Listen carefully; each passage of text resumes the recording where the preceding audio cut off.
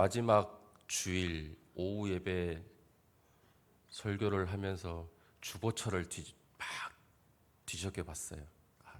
첫 주에 제가 설교했으면 이게 흐름이 딱 맞겠다 했는데 올해 1월 첫 주에 오후 예배는 재직교회 헌신 예배였더군요. 네.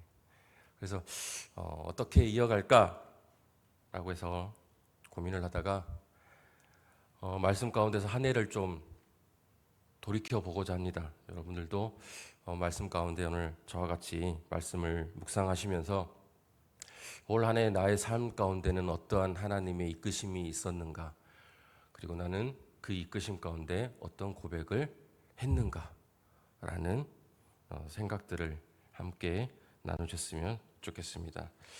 사랑하는 성도 여러분, 오늘 우리는 한 해의 마지막 주일에 있습니다. 마지막 주일에 그 뒤를 돌아보면 때로는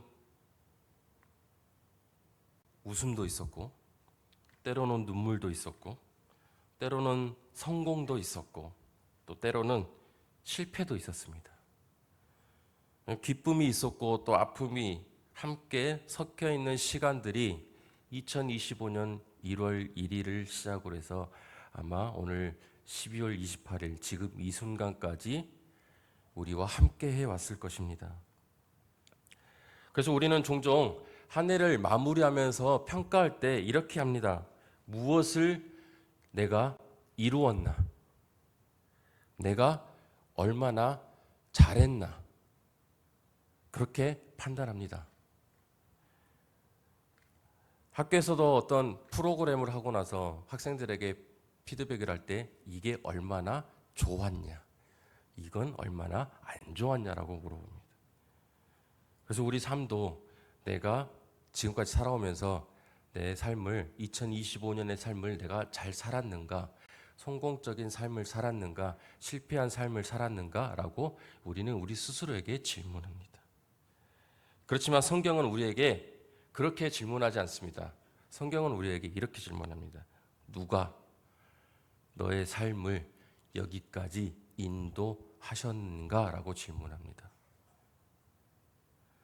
그래서 우리는 사무엘상 7장 12절에 사무엘과 이스라엘 백성들의 고백처럼 에벤에셀, 하나님께서 우리를 여기까지 인도하셨다라는 고백을 지금 이 순간 우리가 해야 되는 것입니다. 사무엘상 7장 12절에서 사무엘은 돌 하나를 채우면서 이렇게 고백합니다. 사무엘이 돌을 취하여 미스바와 센 사이에 세워 이르되 여호와께서 여기까지 우리를 도우셨다고 그 이름을 에벤에셀이라 하니라. 에벤에셀이란 말은 도움의 돌, 하나님이 여기까지 도우셨다라는 뜻입니다. 7장 12절 위쪽으로 거슬러 올라가 보면 사무엘이 이스라엘 백성들을 미스바에 모여서 하나님께 예배합니다. 그 예배의 목적은 하나님, 우리가 그동안에 잘못 살았습니다. 이제 우리가 회개하고 하나님 앞에 올바로 서겠습니다 라고 하는 회개 기도였고 회개 운동이었고, 즉 하나님께 드리는 예배였습니다. 그걸 볼 블레셋 사람들이 쟤네들 우리가 있는데 아무 전쟁 준비도 안 하고 하나님께 예배한다고? 하나님께 제사 드린다고? 이것들 봐라. 그러면 우리가 이스라엘 가서 이스라엘 백성들을 다 없애버려야 되겠다. 그 순간 그렇게 전쟁 준비를 하고 이스라엘로 다가오는 블레셋 군대를 보던 이스라엘 백성들이 이제 사무엘 선지자에게 얘기합니다. 우리는 전쟁을 할 수가 없어. 그래서 사무엘, 당신이 하나님께 우리를 대신해서 기도해 주십시오. 그래서 사무엘이 어때요? 젖 먹는 어린 양 하나를 가져다가 여호와께 번제를 드리고 이스라엘 위해서 하나님께 부르짖음에 여호와께서 응답하셨더라고 9절에 기록하고 있습니다. 10절에 사무엘이 번제를 드릴 때 블레셋 사람이 이스라엘과 싸우려고 가까이 오매 그 날에 여호와께서 블레셋 사람들에게 큰 우레를 발하여 그들을 어지럽게 하시니 그들이 이스라엘 앞에 패한지라라고 기록하고 있습니다. 그리고 11절에 이스라엘 사람들이 미스바에서 나가서 블레셋 사람들을 추격해서 벳갈 아래에 이르기까지 쳤더라라고 이어서 기록합니다. 이스라엘 백성들이 한 게 하나도 없습니다. 이스라엘 백성들이 칼과 창으로 방패로 무장해서 블레셋 백성들과 싸워서 이긴 게 아니라 하나님이 그들과 함께 하셨기 때문에 블레셋과의 전쟁에서 이길 수가 있었던 것입니다. 그리고 그 은혜에 감사해서, 그 하나님의 역사에 감사해서 오늘 12절에 미스바와 센 사이에 돌을 하나 세우고 그 돌을 에벤에셀이라고 고백합니다. 이스라엘은 강해서 승리한 것이 아닙니다. 잘해서 살아남은 것도 아닙니다. 하나님이 도우셨기 때문에 여기까지 온 것입니다. 한 해를 마무리하는 동안 오늘 우리도 우리 삶에서 에벤에셀의 고백을 세워야 할 것입니다. 여러분, 시편 103편은 이렇게 고백합니다. 내 영혼아 여호와를 송축하라. 그가 내 모든 죄악을 사하시며 내 모든 병을 고치시며 내 생명을 파멸해서 속량하시고 인자와 국률로 관을 씌우시며라고 고백합니다. 우리는 종종 잃어버린 것만 기억합니다. 내 삶 가운데서 잃어버린 것만 기억합니다. 그러나 하나님께서 지켜주신 것이 이 시간 훨씬 많음을 기억하시기 바랍니다. 우리가 우리 삶에서 잃어버린 것보다 2025년 한 해 우리 삶에서 잃어버린 것보다 하나님이 우리 삶 가운데 지켜주신 것이 훨씬 더 많음을 감사함으로 고백하시기 바랍니다. 흔들렸던 내 신앙이 무너지지 않게 하신 은혜, 하나님을 떠나지 않게 하신 은혜, 하나님을 믿는 것을 포기하지 않게 하신 은혜, 나의 이 약한 믿음을 잃지 않게 하신 은혜. 제가 몇 주에 걸쳐서 설교하는 동안 감사는 상황이 좋아서 감사를 하는 게 아니라 하나님이 우리와 함께 하셨기 때문에 우리가 감사해야 된다라고 계속해서 이야기하고 있습니다. 여러분, 저희 영광교회가 첫 삽을 뜨고 지금까지 이런 성전을 지켜오면서 과연 우리는 얼마나 했을까요? 하나님이 일하시는 것 외에 우리 성도 여러분 한 사람 한 사람이 과연 얼마만큼 하나님께 기도하고 흔들리지 않고 이 교회의 역사만큼 신앙의 길을 달려왔을까요? 코로나 이후에 코로나로 인해서 예배가 없어지고 다시금 예배가 시작됐을 때 사람들은 그렇게 이야기했습니다. 교회 학교에 아이들이 모이지 않을 거라고, 교회 안에 성도들이 절반 이상 사라질 거라고. 여러분 한번 생각해 보시기 바랍니다. 영유아 유치부부터, 저희 교회 영광중앙교회 영유아 유치부부터 아동부, 중고등부에 이르기까지 코로나 이후에 아이들이 점점점 모이기 시작했습니다.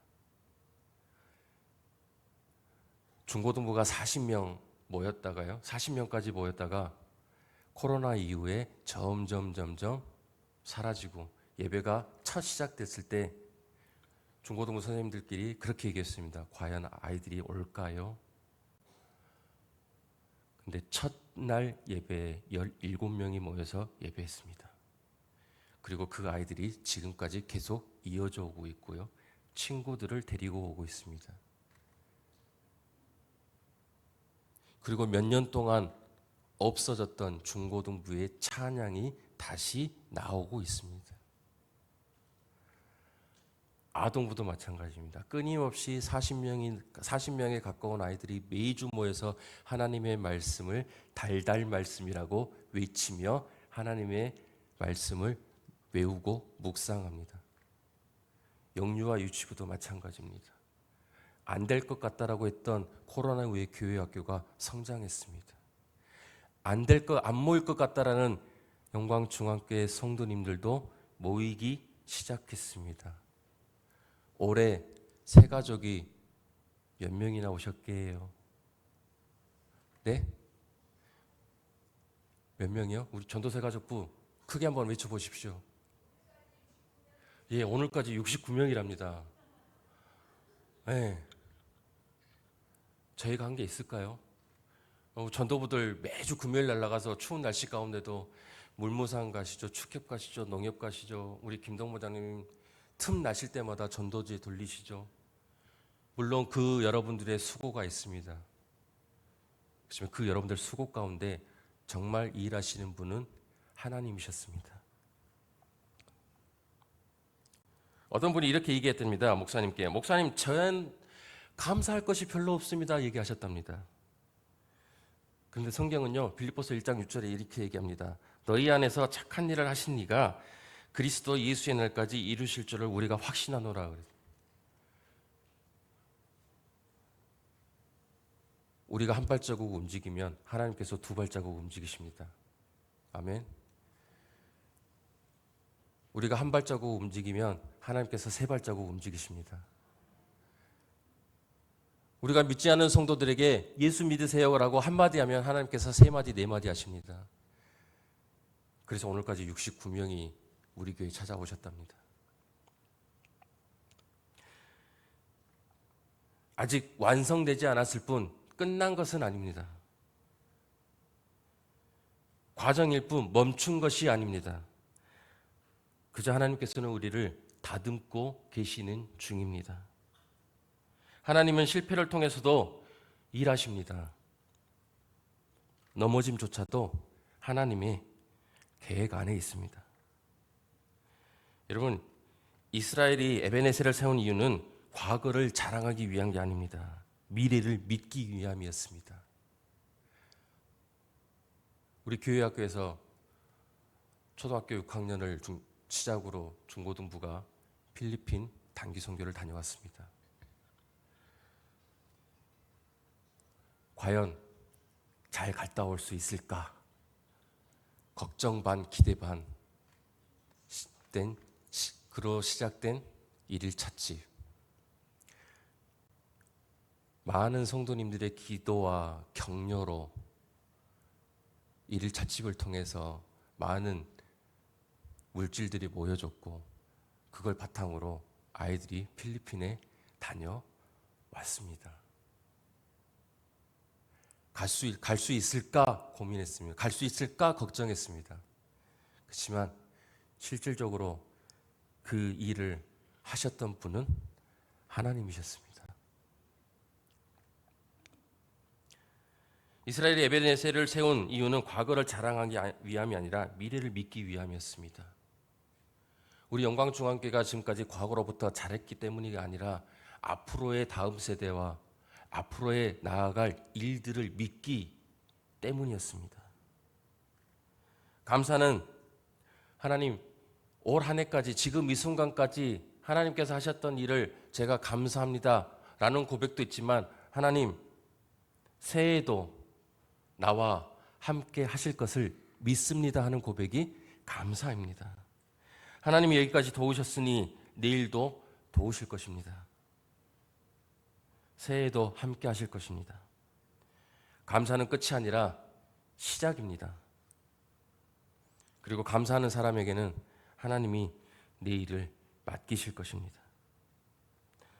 사랑하는 성도 여러분, 오늘 이 예배가 끝나기 전에 여러분 마음에 에베네셀의 돌을 하나씩 세우시기 바랍니다. 가정의 에베네셀, 교회 안의 에베네셀, 그리고 나의 믿음의 에베네셀, 그리고 이렇게 고백하시기 바랍니다. 같이 할까요? 여호와께서 여기까지, 여호와께서 여기까지 나를 도우셨습니다. 여호와께서 여기까지 우리를 도우셨습니다. 여호와께서 여기까지 우리 영광중앙교회를 도우셨습니다. 여기까지 도우신 하나님께서 2026년, 27년, 28년 해가 거듭할수록 여러분과 우리 영광중앙교회를 하나님이 함께 하실 줄 믿습니다.